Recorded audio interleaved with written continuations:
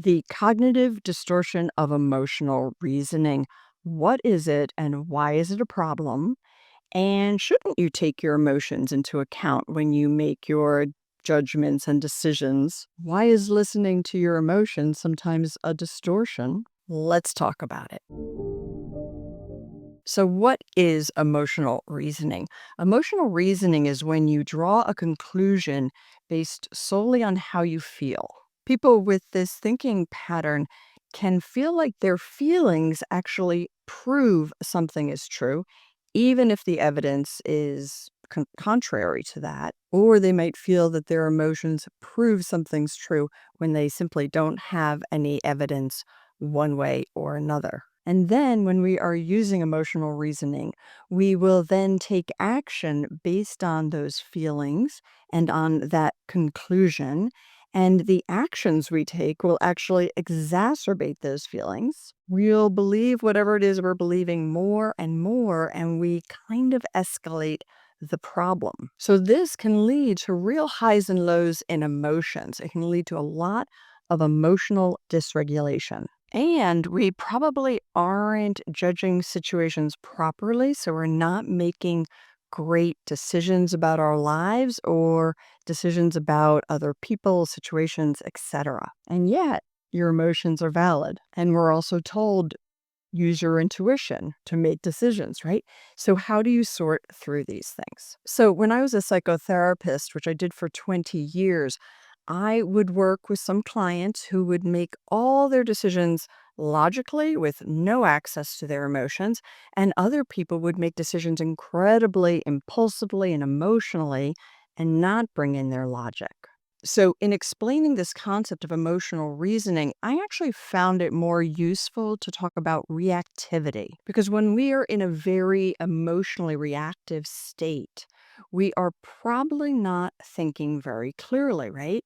And when we can learn to respond to situations instead of react, we have much more control over our emotional regulation and much more access to being able to tie the logical part of our brain with the understanding of our emotions. So, I'm going to give you three keys to how you can know whether you're using emotional reasoning or whether you are accurately accessing the information that your emotions are giving you and combining it with what you know of the world and making good decisions and good judgments. And one of those keys is the reactivity. And you can assess your reactivity by how upset you are.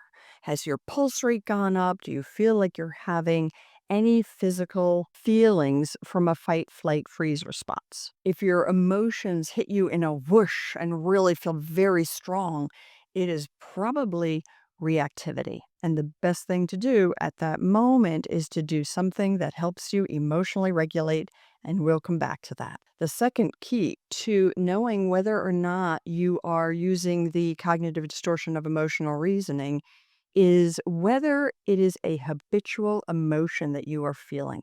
Now, this is a super important concept, and I don't see this talked about a lot. But most of our emotions do give us really valid information. But when we have a habitual emotion, our go to emotion, something happens and we get anxious. That's our go to. Or something happens that we don't like, we get angry. That's our go to. These go to habitual emotions aren't giving us good information. They actually usually cover up other emotions. So I'm thinking this probably sounds a little bit abstract. So I'm going to share some very specific examples that I think you'll be able to relate to, and then I'll share that third key. So there are emotional reasoning examples that really are super common. In fact, most of us do these. And then there are some examples that actually really contribute to particular anxiety diagnoses. So I'm going to give both of those to you so you get a sense of how this emotional reasoning could impact you. So, a really common example of this would be that you have a fight with your partner and you are just so angry at something they did. And probably it ties to something from your past or something that they've done before that they know you don't like, so that you can really get into the if they really loved me, they wouldn't do this because they know how mad it makes. They don't love me anymore. This is not worthwhile. And you work yourself up to the point where you're ready to break up with the person. And then maybe whatever happens, you fall asleep, a couple of days go by, you wake up, and you're like, no, I really love the person, and I kind of see why they did that, and we're going to work this out. So that's emotionally reasoning. You have a rush of reactivity. You make a judgment about a situation. You might say some really horrible, hurtful, damaging, destructive things, which probably then causes the other person to do the same. And so everything is escalating, partially because of your emotional reasoning. Another example, I shared something about this in one of the last videos I did. But let's say you're taking care of kids, you're a mom or you're a dad, and you are totally exhausted at the end of the day, and the kids are crying and they won't eat their dinner and they're not going to sleep on time. And you just feel like, I'm the worst parent. I never should have had kids. I am not able to do this job. And you are just so down on yourself and angry. And you might even consider, like, I got to run away, right? But then again, you get some rest, you get some sleep, you become more emotionally regulated at some point, and you're like, nah, you know what? I'm a pretty good mom. I'm a pretty good dad. It's okay. That was really difficult, right? So, all of us have this tendency that when we get overly stressed or too tired, too hungry in a trigger related situation, where we might get overly reactive and then we go to these habitual themes, habitual emotions, and it sometimes can make things worse. So, another example could be somebody who has panic attacks. And perhaps they've had a panic attack in the past. They thought maybe they were having a heart attack. They went to the hospital. They were told, nope, nothing wrong with you. It's just a panic attack, which I really dislike it when people are told that. But in any case, that's happened in the past. And then something comes up and they're like, oh, I feel like I'm going to have another panic attack. So the second that they think that, I feel I'm going to have another panic attack, it becomes almost a predictive truth. Because the second they think that, they begin to get more anxious. As the anxiety chemicals build up and build up, they do get more and more into a panic state.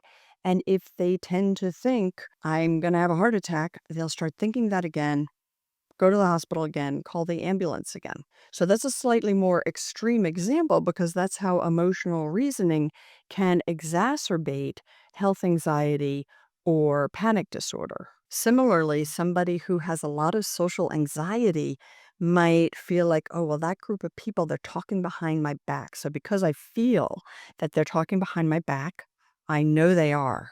And because they're talking behind my back, I'm going to withdraw and avoid the situation. But then over time, avoidance makes social anxiety worse. And by avoiding that group of people, they're going to stop reaching out to you. You're going to reconvince yourself that they didn't like you and they were talking about you. And you had no evidence they were talking about you.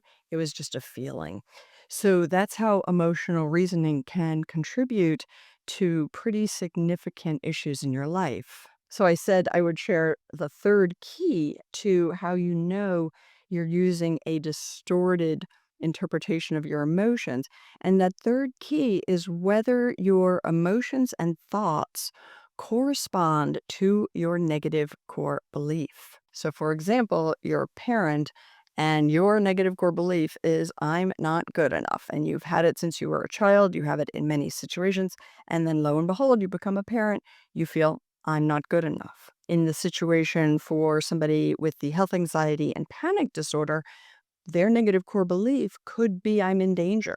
And that feeling of being in danger, I'm going to die, is very common. It's one they've experienced before. It's probably a pattern. And it goes with the habitual emotion that I mentioned, the negative core belief. Those are tied like this, and they're tied to that reactivity. Could you comment below? Let me know if this makes sense to you, because this is really key. The reactivity, which probably comes from A trigger to that negative core belief is bringing up that habitual emotion.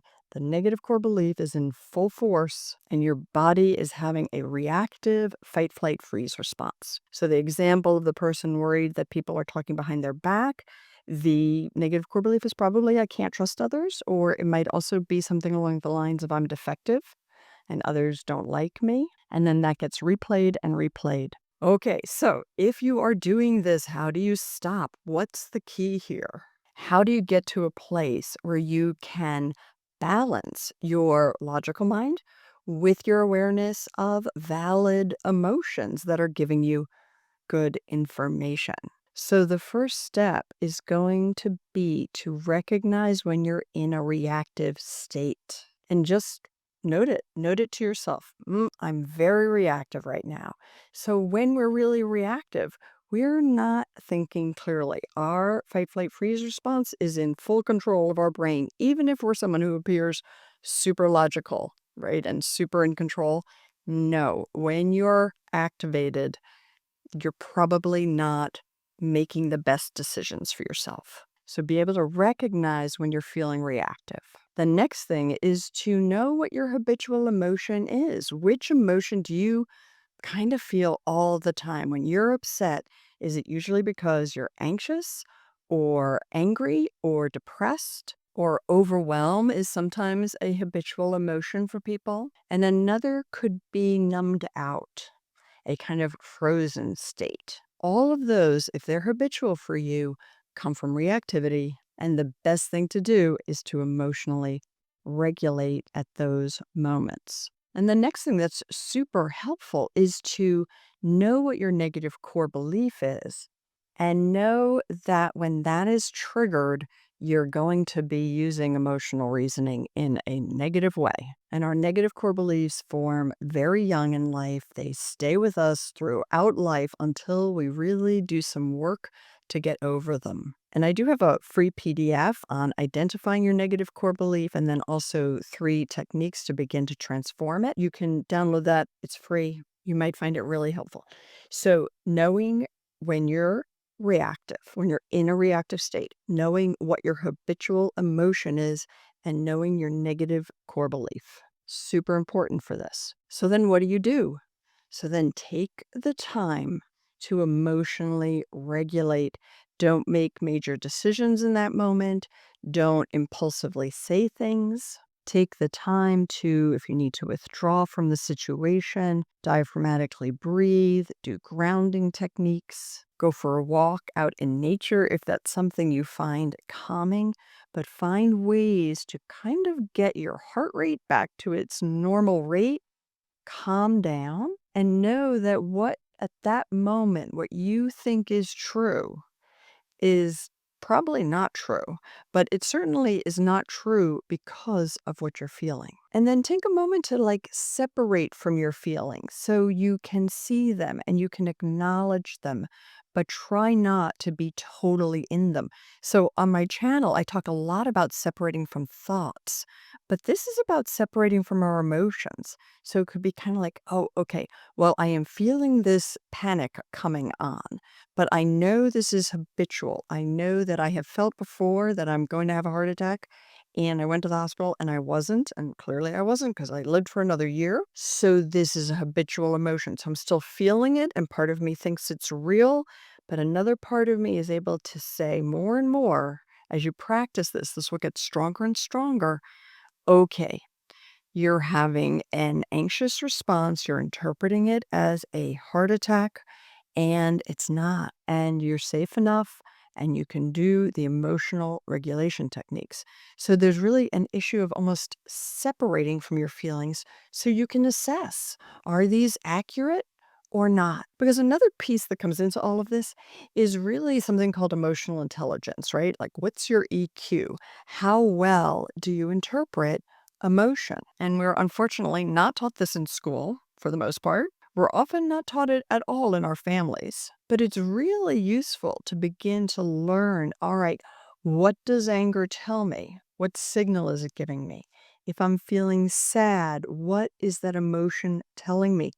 If this is not a habitual emotion, it has information for you that you don't have to be reactive to, you don't have to respond to right away, but you can pull in and then incorporate it with your logical side to make decisions. Because honestly, our best decisions in life are those that combine our logic and our emotion, our valid emotion, right? Not those habitual ones.